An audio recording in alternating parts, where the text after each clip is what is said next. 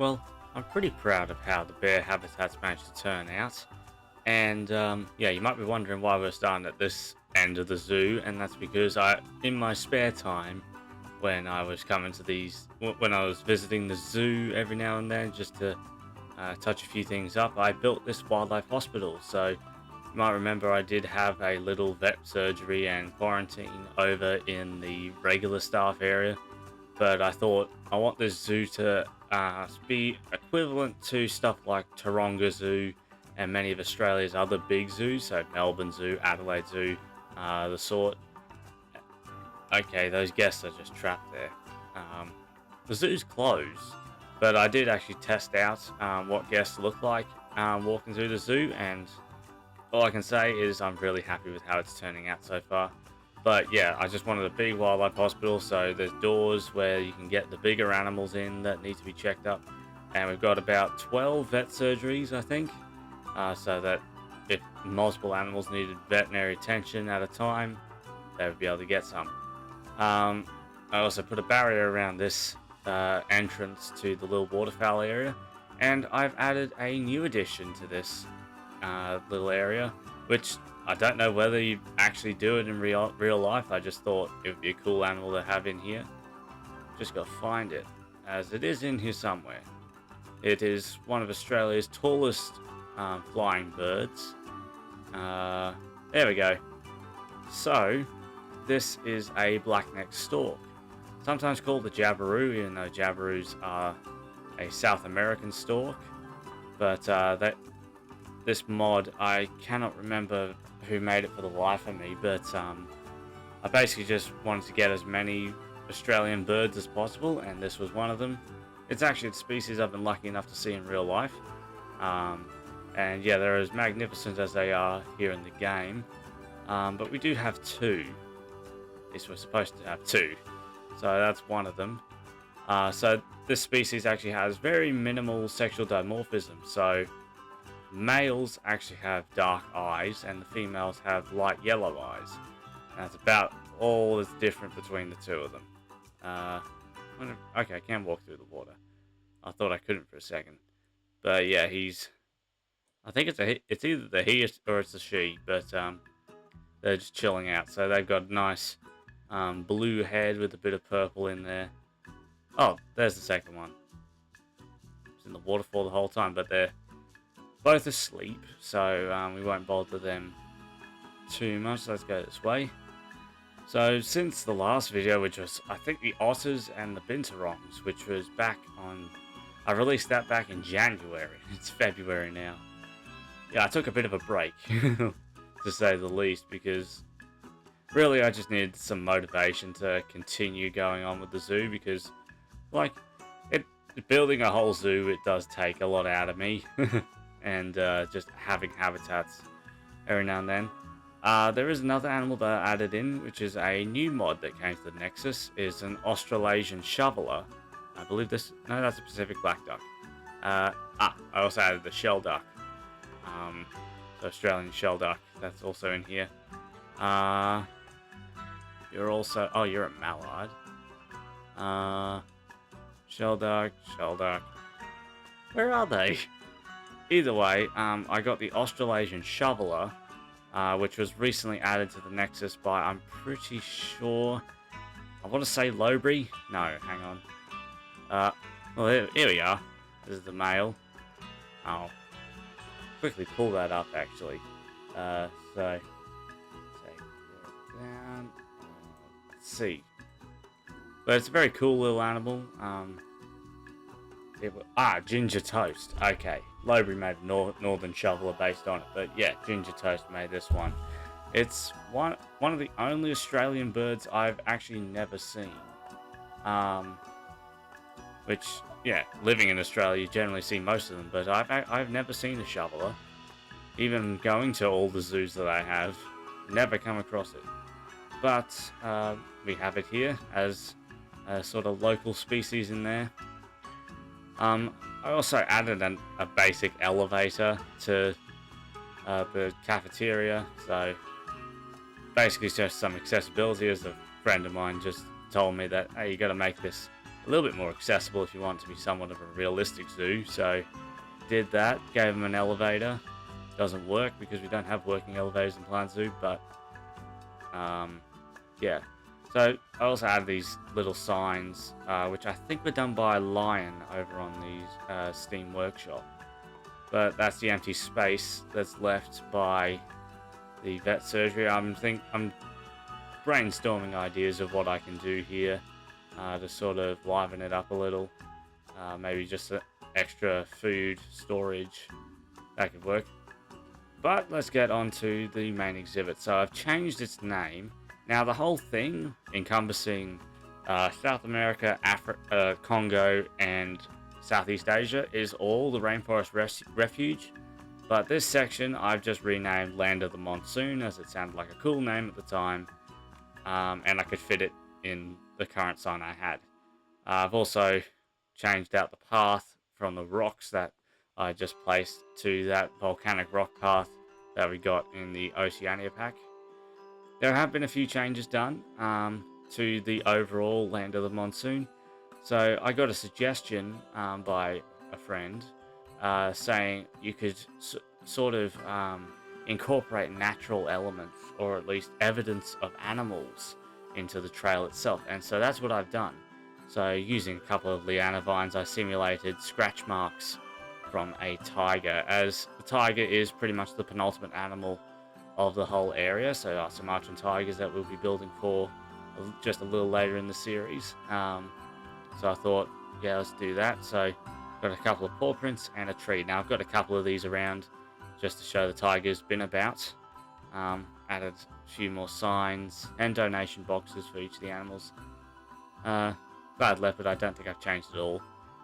Still looking pretty cool. I love that I extended it upward to give them more height, as flatted leopards do reach whole new heights when in the exhibits. Now, something you might notice is this is not the same gibbon that we had previously. So I have actually changed out the Lar gibbon for the modded Northern White-cheeked gibbon by Monsoon, as they're a much more common species displayed in Australia than Lar gibbons. I think Lar gibbons are only in 2 zoos in Australia. I think Taronga Western Plains out in Dubbo and Mogo Wildlife Park are the only 2 zoos in Australia that actually have them.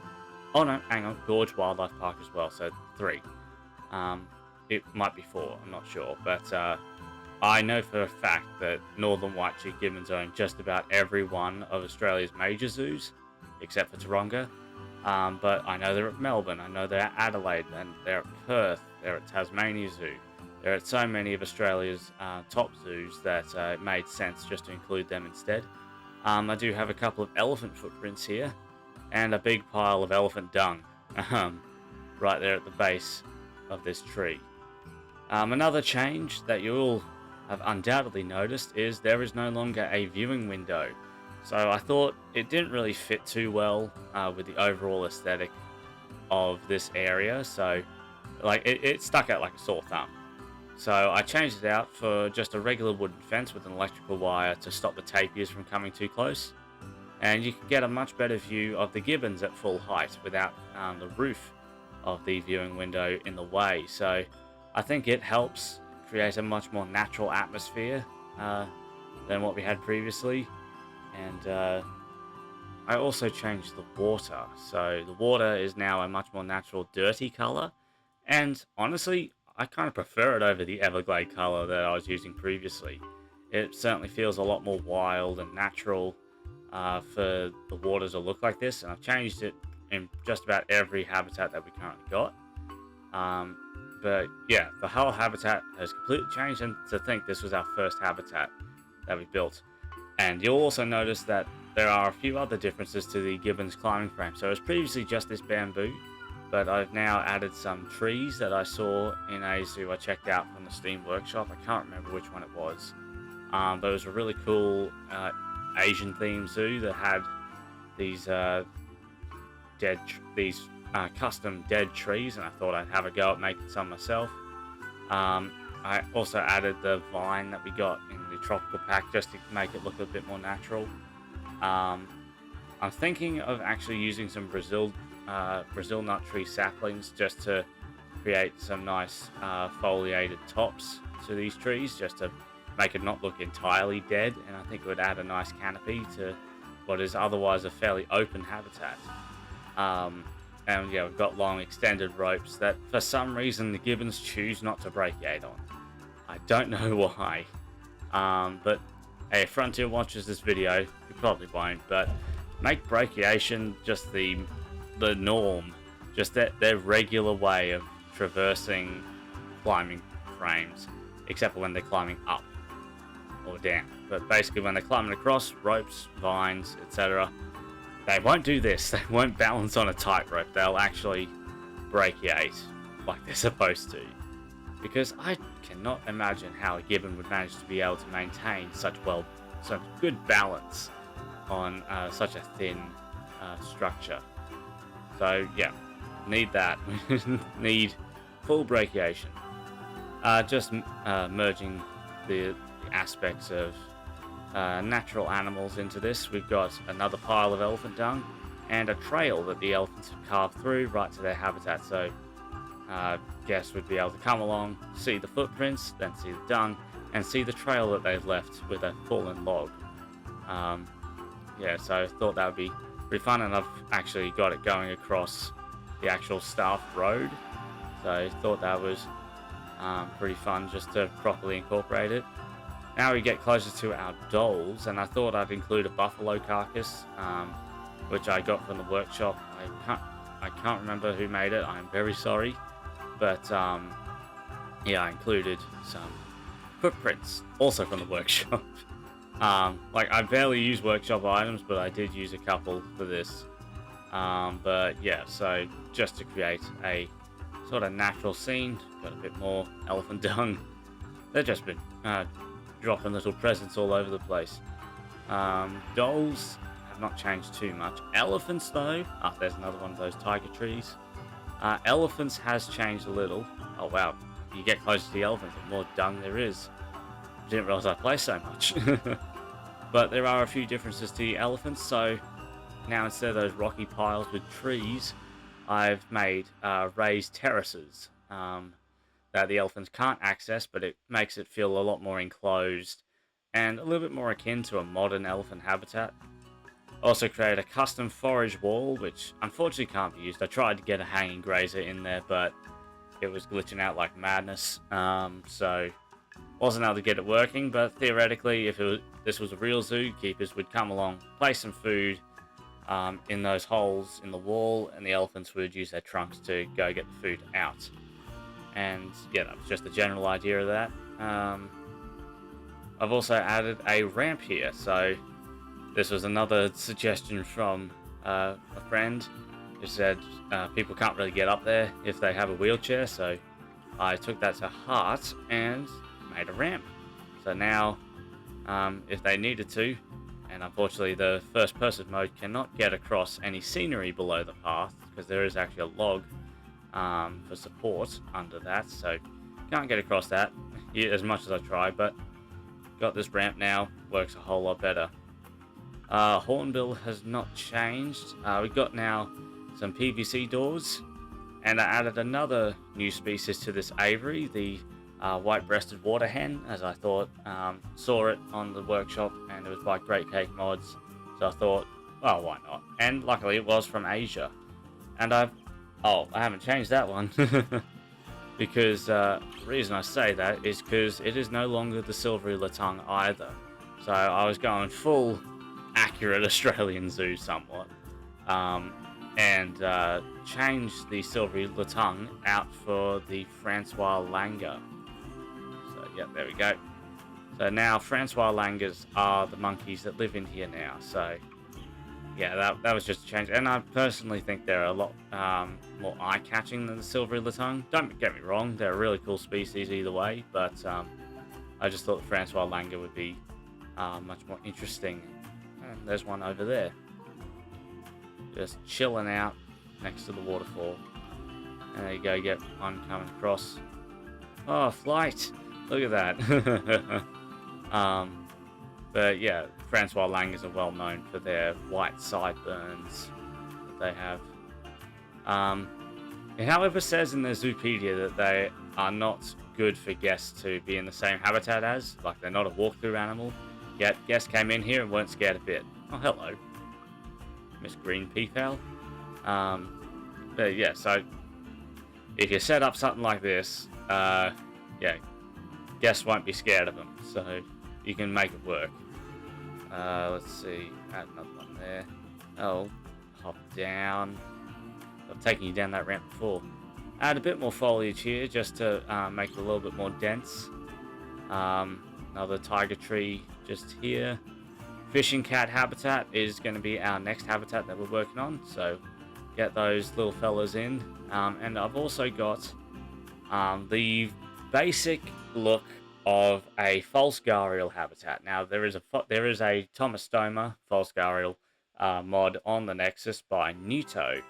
Now they have said that they will be reworking that mod and a few of the other crocodilians that they've made. So the Tomastoma that we'll have in the video, if I choose to record it as a video or just as a little bonus habitat that I made on the side that won't be recorded. The false gharial will be changed sometime down the line to look a bit different. Let's get back into explore mode. Another tiger tree. But this is what you came for. So this is the sun bear habitat, at least the first one. So this is our outdoor sun bear habitat, and it is a habitat that I am actually really proud of. I love how it looks, the amount of foliage that I included, and just how realistic of a bear habitat it actually looks like. And that lovely misty waterfall coming down. And yeah, you can see one of our bears up there, chilling out, moving on a pivot. But, oh, got a bit of mist coming up from the pool below. But, yeah, I really like how this habitat turned out. And I did build a lot of it off camera, simply because it was going to take a long time. So I didn't really want to have to include me fiddling through all the different tools to see what worked, see what didn't work, all that sort of stuff. So I only included stuff in the speed build that I felt was necessary or integral to the build. So we've got this fence that separates guests from the actual viewing wall window, where you can see the bears occasionally chilling in their pond, feeding on this platform, unless it's on the other platform. I think it's on the other platform. Yeah, they could just be lying down there, or just strolling by. Yeah, and occasionally see one on a hammock. So that's our outdoor habitat. Our indoor habitat, I also really love. I like that it's actually a substantial size, so made sure that it was suitable for 2 sun bears, even though in reality it would just be 1 sun bear at a time. There's one just over here. Oh, let me out, please. Ah, there we go. So basically the reason why I included 2 pairs of sun bears is because I wanted to lead into sort of like a breeding program that the zoo has for the sun bear. So that's just why we have 2 pairs of sun bears. If it wasn't like that, I probably would have included something like a leopard of some kind in here instead. But no, I wanted to have a bit of a conservation focus, so I include the sun bear twice. But yeah, the habitat's nice. Got some big faux trees, rocks, forage wall down there, the hammock, a little pond in the middle. It's really nice as far as sun bear habitats go. And then the last habitat, which I'd held off for a long time building, which is our Asiatic Black Bear habitat. I don't know why I held off on it. I just thought maybe it was going to take so long. But when I actually got around to building it, it actually only took me half an hour. Which, now that I reflect on it, was kind of depressing. I could have built it this whole time in just a snap of my fingers. And yeah, it is the more simple of the bear habitats, but I honestly kind of prefer it as it is more natural looking. Like the bears, they're not huge bears, so didn't require a massive habitat. but I wanted to give them enough space that they would actually be satisfied if this was a real Asiatic black bear habitat. And honestly, if this was a real bear habitat that I saw in a zoo, I would have no complaints. As like it is just so natural. There's so much natural climbing for the bears. Got some beech trees, some ash trees, Himalayan birch, and the elm trees. Like, yeah, it's just perfect for having a natural bear habitat. And yeah, I could have done the same for the sun bears, but I chose to go above and beyond for them. But oh, there's our big fella, big male. Now he is actually very much identifiable because Xiang here is actually covered in scars. He arrived like that, so he's actually got oh, what are you doing, mate? Yeah, so he's got scars all over him, poor guy. Like he can make up a story that he was rescued from like a fighting ring where he was made to fight other animals for fun. Well, at least for the satisfaction of cruel humans, or he was just a mistreated pet. You could argue so many different stories for him, but yeah, he just turned up like this. But given he's a bear that looks to carry a story, I thought he was worth just keeping in the zoo because, yeah, this zoo is so much nicer, and his new habitat is so much nicer than what he probably would have had previously. And yeah, I cannot argue with that whatsoever. It is a very lush habitat, lots of bracken, some grass, plenty of trees, ferns, and all the sorts. But yeah, I think that is just about everything that I included. Oh yeah, I put another water station down so that this area would be filtered, because, well, you generally need a filter to ensure the water stays clean. But I'll also take the opportunity to talk about some new plans that are going on. So, in terms of future habitats, we've got fishing cat, false gharial, what will be a large tiger complex, and an orangutan habitat, which will be somewhat walkthrough. So there'll be some arch orangutans, and I'm actually thinking of moving our male Malayan tapir in to live below them on the forest floor. There'll also be siamangs in that habitat as well. But we're going to have a big zero line, which takes the orangutans around the whole land of the monsoon. So they'll go past the aviaries, past the fishing cats, through the elephants, the tapirs and gibbons, past the leopards, past the dholes, and basically all the way around back to the habitat, just to give them plenty of climbing space, and they'll be able to go in between and all that. So that will complete Land of the Monsoon. And there was another area that I was talking about at the start of this whole build called Mountains of Asia. So that has changed. That is going to be changing its location. So I was initially going to have it worked up all in here. So that was going to be Mountains of Asia right next to Africa, which was going to extend quite a fair way. Like that was not even the outline that's going to be, because yeah, I might even just decide to include different animals depending on what the next pack is. But Mountains of Asia is no longer going to be there. This area is going to be a whole Oceanian section, so we're going to have multiple other attractions as well. So going to have a free flight bird show utilizing a few of the birds that have come out recently from Great Cake Mods. So the Andean condor and peregrine falcon, barn owl, and great hornbill. So they will have little aviaries set up there. And we'll also have our little coastal section. So that will be home to New Zealand fur seals, Australian sea lions, little and Fiordland penguins. And if we get an Australian pelican mod that works similar to Monsoon's great white pelican, that will also be added in as well. We're also going to have maybe a splash pad, a playground. The nocturnal house will also be in here, as it is just going to be largely Australian species anyway, but I will probably work in a couple of others. We're also going to have the Komodo Trail, which is going to be inspired by the Wallace's Line, which separates Oceania from Asia. So we'll have a few animals from Sulawesi, the crested macaque, babirusa, and Anoa. We'll also have the promoted dragon, of course. If we get a tree kangaroo, they'll be going in that section. Cassowary as well. And a little New Zealand section, so that will connect right to the coastline. So we'll have a kiwi habitat there, and a little bit of a built-up forest, and possibly an aviary for the kea, one of the alpine parrots found in New Zealand.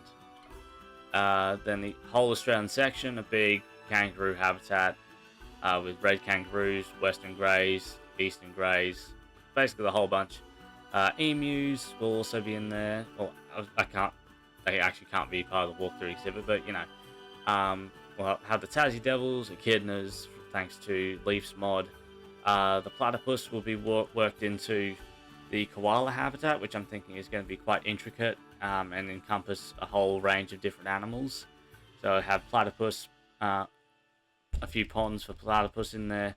I'll have the echidnas in there, quokkas, and a few other marsupial species.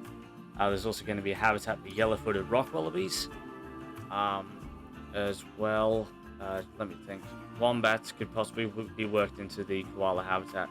I'm thinking of almost having it as just a big Australian walkthrough, where the koala habitat is walkthrough itself, and the koalas can move around whenever they please. That would be a fun idea. Dingoes will also be in that section, and whatever else I decide to add in there. Expedition Africa is going to take up a large portion of this.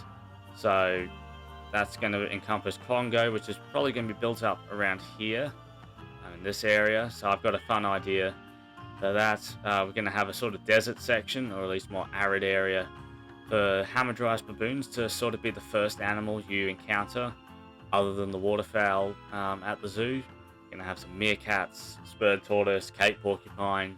There'll also be some Nubian ibex living with the baboons. So once the orangutan habitat is finished, that's going to be a hefty one. Once that's done, guests will have the option for going uphill. So I'm going to have a pretty interesting little raise in elevation, which will just be gradual, but it's more of like a bit of a bushwalk in a way. The way Mountains of Asia is sort of being laid out in my head. So you'll gradually go up in elevation from these lowland monsoon areas, from the tigers and orangutans, up to a little bit of an elevated grassland where you'll find rhino, Indian rhino, gaur, black buck, and a few Asian deer species like barasingha and sambar. Then keep going up, and I'm sort of thinking of having largely Bhutanese feel, so you're going to have prayer flags and largely Bhutanese architecture. And just occasionally there'll be clues to the presence of snow leopards and other mountain animals. And yeah, gradually you'll just come across them. And they'll just go right up to the top. And then I'm thinking of having a large boardwalk, which is going to connect the two ends of the zoo. So you'll start from Mountains of Asia, go across to Patagonia and Andes, which is going to be the third of our 3 different sections for South America, where you'll find Andean bears, or spectacled bears, puma and guanaco, and a few others, possibly, like the condor, and Pantanal and Amazonia, all that sort of thing, or at least like the Guiana shield. And yeah, you'll get another little walkway going between Oceania and South America, just to sort of take you past some large natural areas between the main sections.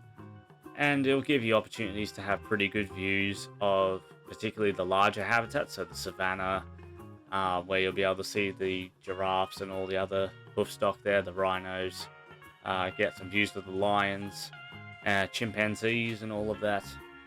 I thought it would just be a fun idea, and we're probably going to have a monorail going around as well, so monorail station will probably be possibly added in here, next to where the baboons will be, which will be around here, possibly.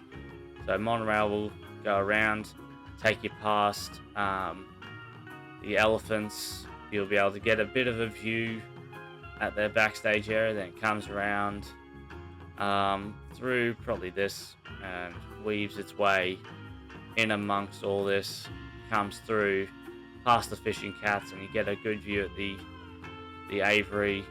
Come through, see some tigers possibly, see some orangutans, but monorail will be added in afterwards so that it can be worked in with everything when it's already there, so I don't have to build the orangutans zero line around it. Also mentioned, I did also add a strangler fig just to incorporate a bit of like aspects of a Southeast Asian rainforest in there. It's just a cool feature, but that is pretty much all the news that I have for you regarding this park. Now, I will be able to build stuff when I can. Like most of the stuff that I told you about, like the upgrades to the Malayan tapirs and gibbons, the elephants, and a few other changes that I've made. They'll be occasionally done, and I'll cover them in preceding videos on the side of the main speed build. But luckily, Land of the Monsoon is almost done. We've got 4 habitats to do. False gharial, fishing cat, tigers, and orangutan, siamang, and male Malayan tapir mixed habitat. So yeah, that is all that's happening there. But right now, I am very proud of this zoo. It's gone further than I was actually expecting it to, but I've actually enjoyed building it, and I love just coming around, looking at the animals as they're just living their lives. Also had to pause aging and birth because some animals were getting older than they necessarily should be, and we're on year 72 going on 73. One of the reasons why I wish the time system in Plant Zoo was different. Yeah, so that's what's going on. The series will be continuing. Gonna make sure we finish the whole zoo by, I cannot give you a timeline. We're gonna be a fair way through by the end of the year. But once I finish Land of the Monsoon, I'm gonna hop over to the Oceanian section, get that all sorted while the ideas are still somewhat fresh in my mind, and make a start on the boardwalk as well. I think the main bit of Africa is probably going to be the last thing we do, as I don't really have as good of an idea for it yet, and there's certainly a lot of animals I want to include in that section, so many African predators, and a lot of herbivores as well in a pretty large savanna. And Congo as well is one that I might do before the rest of Africa, but that arid section that we're going to have the baboons in, that is going to be a closer addition to the zoo. But I like looking at it from above. It's come so far. Started as just this entrance and this spot, and now it's got all this built up into it now. But yeah, let me know your thoughts in the comments down below, what you think of the bear habitats, and what ideas you might have for improving the looks of the fishing cats and the false gharials, and any ideas you may have for the big orangutan habitat and the tigers, and what kind of things that you think I could do in the Oceania section. Leave those all down in the comments, and I will see you all in the next one. Bye bye.